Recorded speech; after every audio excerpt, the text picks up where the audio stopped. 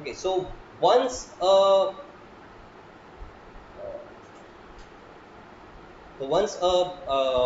preference obeys these three properties, we say that it can be represented as a utility function. Now, what is utility function? Utility function is going to give numerical real number values to each bundle. So it's going to give a like a ranking to each bundle. Okay. So if somebody tells you, so initially what used to happen is we used to have schools where we used to have a lot of students, and there was no way to compare which student was better or not. Okay, so then we came up with the idea of exams, and we said that we want to rank people in certain objective manner so that we can compare which student is better than the others. So then we came up with the idea of exams, and exams allocated marks to each student. Okay, so what are marks doing? Marks are basically ranking students. Okay, so there are different kind of marks available. It's not just in students. So there was a big problem, like I want to find which movie is the best. Okay, I do not know, different people prefer different movies. So I wanted to build a kind of a system for that. So they came up with the idea of IMDb. What IMDb does, it gives marks to different movies. Okay, so what it does, it's going to rank movies. Similarly, you have your utility function. What it's going to do is it's going to rank bundles. It's going to give different numerical values to different bundles, and then you can compare these bundles like you compare movies on IMDb, or you compare students in the merit list. So that's how easy it makes your job. Okay. So now all these different bundles which you were comparing, so all the different bundles in the consumption set which you had, all these bundles will now have some utility rank to them, some utility number associated with them. So all these bundles will get mapped on the real number line. Okay, so different bundles will get different addresses on real number line. So this bundle will get a utility rank of, let's say, 7. Okay, this bundle will get a utility rank of, let's say, 6. This bundle gets 5. This bundle gets 9, and so on. So you're going to map all the bundles from R square on your real number line. So utility function U is nothing but a map from your consumption set to R. So we talked about functions in the last class, so you can revise that lecture. I'll share it with you. So utility function, what it does, it's a functional mapping from consumption set to the set R. It's just going to map different points on the consumption set to the set R. Now,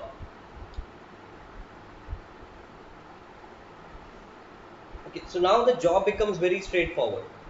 Now you map all these points on the real number line, and then you see which point gets mapped to the rightmost on this line.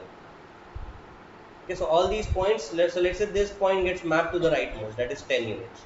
So this is the bundle which gives the highest utility to the consumer. So this is the bundle he will choose, provided he can afford it. So provided he can afford it, this is the bundle he is going to choose.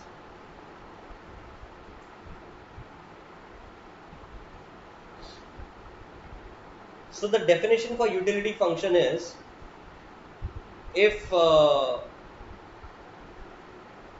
so if your preference relations are represented in this format, this is how you represent preferences. This is the mathematical notation for preferences. So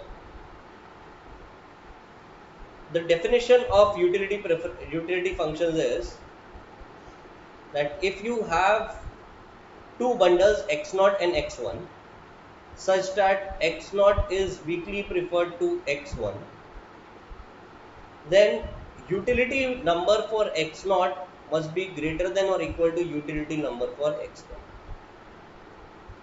Now this should be true for all x naught and x1 belonging to your consumption set.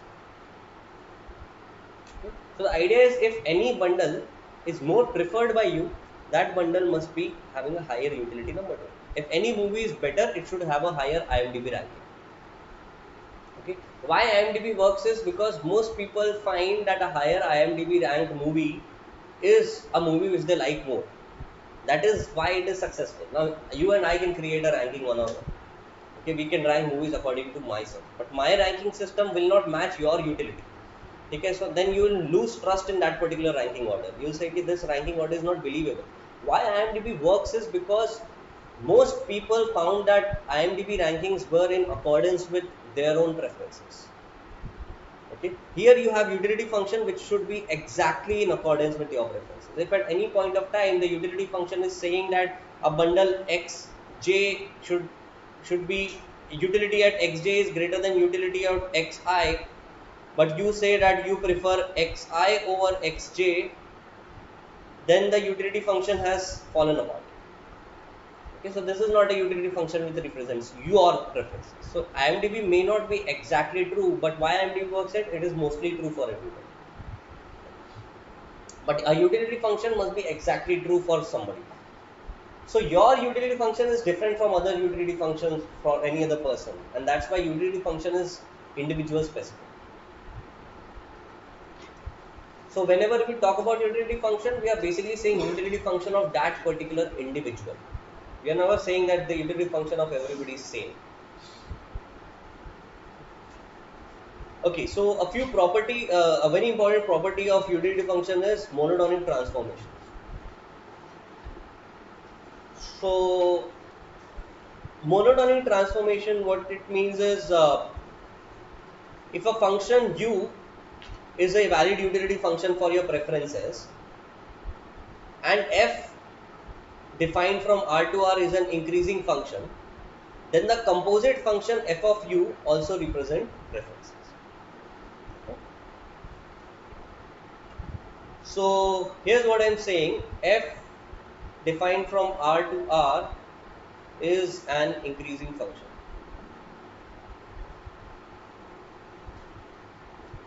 That is, if x1 is greater than if u1 is greater than u2, then f of u1 will be greater than f of u2. Okay, so that's what I'm saying. Now, let's say u is a valid utility function. So what does it mean for u to be a valid utility function? If x1 is preferred to x0, then utility at x1 is greater than, let's say, strictly preferred to x0, then utility at x1 is greater than utility at x0. Okay, let me call this number as u1 and this number as u2. So it means u1 is greater than u2. Now if u1 is greater than u2, f of u1 is greater than f of u2. And what is f of u1? F of u1 is nothing but f of u value at x1. So f of u at x1 is greater than f of u at x2. So x1, for any x1 which is more preferred to x0, f of u of x1 is greater than f of u of x2. This implies f of u is also a utility function. So this is just a proof, but here's what I'm saying. Let's say you are consuming only one good, and that is pizza, and your utility function is u equals to x. That is the amount of pizza you consume. Okay. If I do a monotonic transformation and make a new function, that is v equals to 2x. So this function is also a valid utility function. Why? Because this function says that more pizza you consume, the more happier you are. This function says the same thing. Okay. So here are a few examples, and Let's analyze these different examples if they are a valid monodromy transformation or not, and what they are actually doing. So V is equals to U plus 10. So what you are doing is you are adding a value 10 to each utility number. So initially what was at utility 100 will now be at utility 110. So what a utility function had done was it had mapped my consumption bundles on the real number line. So this is what my utility function U had done. It had mapped my bundles on the real number line. Now what V does is it adds 10 to each number. So it shifts each number by 10 units. So everything will go to right by 10 units. So the absolute position of every point will change.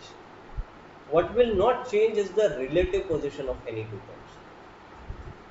So any point which was to the right, so initially let's say this point was A and this point was B. Now this point becomes A prime and this point becomes B prime.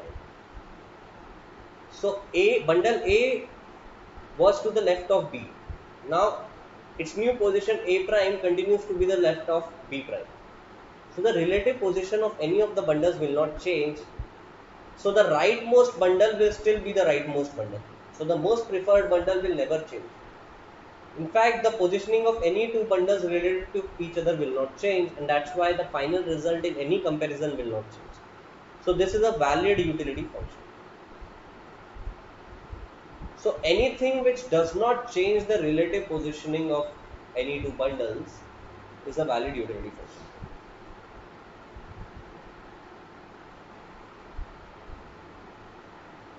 Let's look at this function U minus 10. What it is doing is it is shifting each bundle 10 units to the left.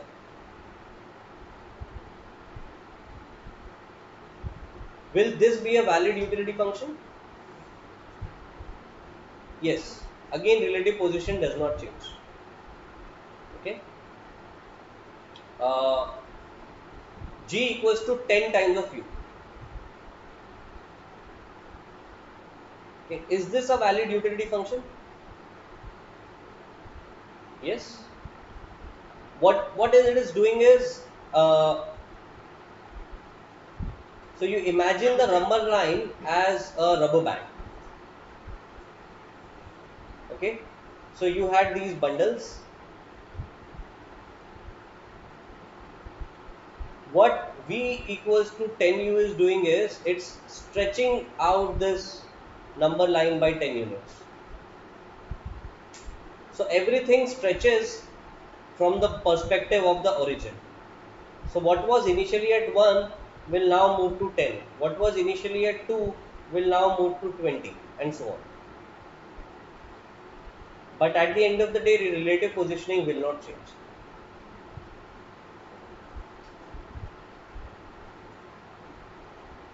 Now H equals to U square. Is this a valid utility function? It depends on whether u of x or y, if it can range to negative value. Exactly. So if U function is taking negative values, then it will not. So U function is not allowed to take negative values. If it is not, then there is no problem. Okay. Why there is no problem? Let's say you have utility at a bundle A as -3 and utility at bundle B as +2. So right now, which is more preferred, A or B? B is more preferred because utility at B is higher. We never said that utility cannot be negative. We always maintained that utility has to be a real number, but we never said that utility has to be positive. It can be negative. Now, if you square this, what is h of A? It's now 9. And what is h of B? 4. Okay, so here you were preferring B, but now you are going to prefer A. So the result changes. Relative positioning of A and B has changed by squaring. So do not use squaring if you see that utility takes negative value or if you are unsure. If you are sure कि utility is always going to take positive values, then you are clear to use it. In fact, we'll be using it a lot. Okay, so we'll be using the Cobb-Douglas function a lot, u equals to root xy. So you are always welcome to convert it into v equals to xy format and do all your calculations. The results won't change. Okay, the consumption bundle, the optimum consumption bundle, and those things will not change. Final utility will change because you're changing the utility function itself. But what a consumer buys will not change. So why monotonic transformation works is because utility functions are not natural, they are something that we have constructed. So just by changing utility function, if you say that I make my utility as 10 times initial, मैंने दुनिया में happiness बढ़ा दिया 10 गुना. That's not how it works, and that's why utility word is not happiness. Because if utility were happiness, you could just multiply the utility by 10 times and make the entire world 10 times happier. Okay, but that's not how it works, and that's the fundamental reason why initial utilitarians, they chose not to go with using happiness as the index, and they chose utility as the index. Anyway, whenever it is not taking negative values, you can always square it, because this is a function we are going to use a lot. Now another very major property that we'll need is convexity.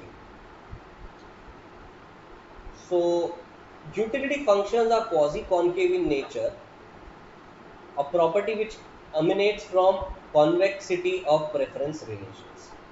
Okay. So if preferences are convex, then utility function is quasi-concave. Okay. So if preferences are convex, then utility function is quasi-concave. So first I'll look at what it means for preferences to be convex. Then I'll see what it means for a function to be quasi-concave, and then I'll see that this thing implies this. Okay. Now convexity of preferences, it claims that if there are two bundles A and B such that you are indifferent between these two bundles, then along any line segment connecting these bundles, if you pick a point C, this point will be T times A plus 1 minus T times B.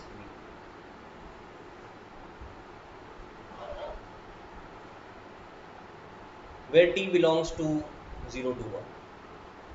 So T is like a weightage you are giving. Okay? So C is like a weighted average of points A and B.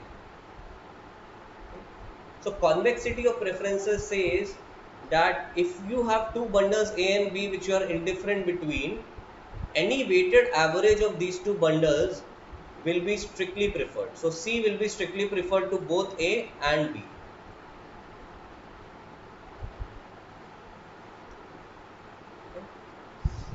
So let's say you're talking about pizzas and burgers.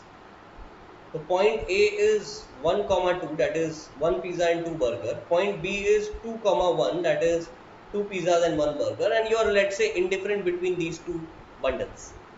Then if I give you a bundle of 1.5, 1.5, that is 1.5 pizza and 1.5 burger, if your preferences are convex, then you should pick this bundle over the other. Okay, so that's the idea of convexity. It basically says that averages are preferred. So that is going to be the recurring theme of our study, the law of averages. That averages are going to be preferred by agents. Okay, so average bundle is preferred, provided convexity.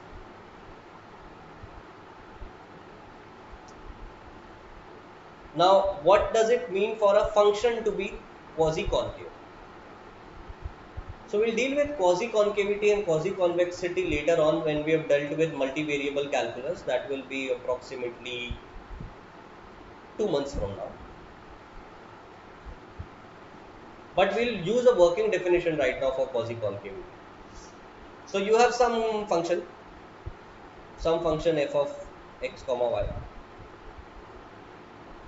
okay, or x1, x2. What quasi-concavity says is, if there are 2 points A and B, okay, such that functional value at A is equal to functional value at B, then if you connect these 2 points at any intermediate point, which is t times A plus 1 minus t times B for t belonging to 0 to 1, functional value at C will be larger. Okay, so that's what quasi-concavity says. Quasi-concavity says that functional value will be larger at average points, provided A and B pay. So this is a crucial condition. Okay, this is a crucial condition. We are only using a working definition of quasi-concavity right now. The actual definition does not take this thing into account. The actual definition works without this condition, but I do not want this to be a complete lecture on convexity and quasi-concavity. So we are just going ahead with the working definition. Okay. So if Fa equals to Fb, then at any intermediate points between A and B, functional value will be definitely larger.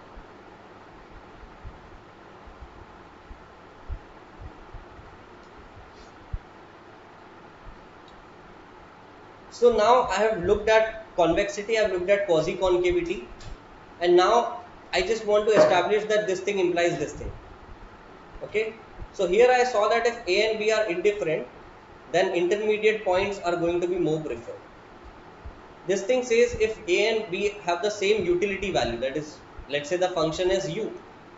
So if A and B have the same utility, that is if A and B are indifferent, then intermediate point has higher utility, that is the intermediate point will be more preferred. Okay, so both the things are the same. Okay, but it is important to remember that it is convexity of preferences which implies quasi-concavity of utility functions and not the other way around, because preferences are something which are natural and utility function is something which is a mathematical construct. Okay, so utility does not exist in nature, so whatever property for if utility function is coming, it's because it's coming from the preferences. So the origin of everything is preferences. Okay, so in subsequent differential discussion after this lecture, we are never going to talk about preferences till we reach lexicographic preferences. Okay, but we as economists, you need to remember that the story does not begin from utility functions, it begins from preferences.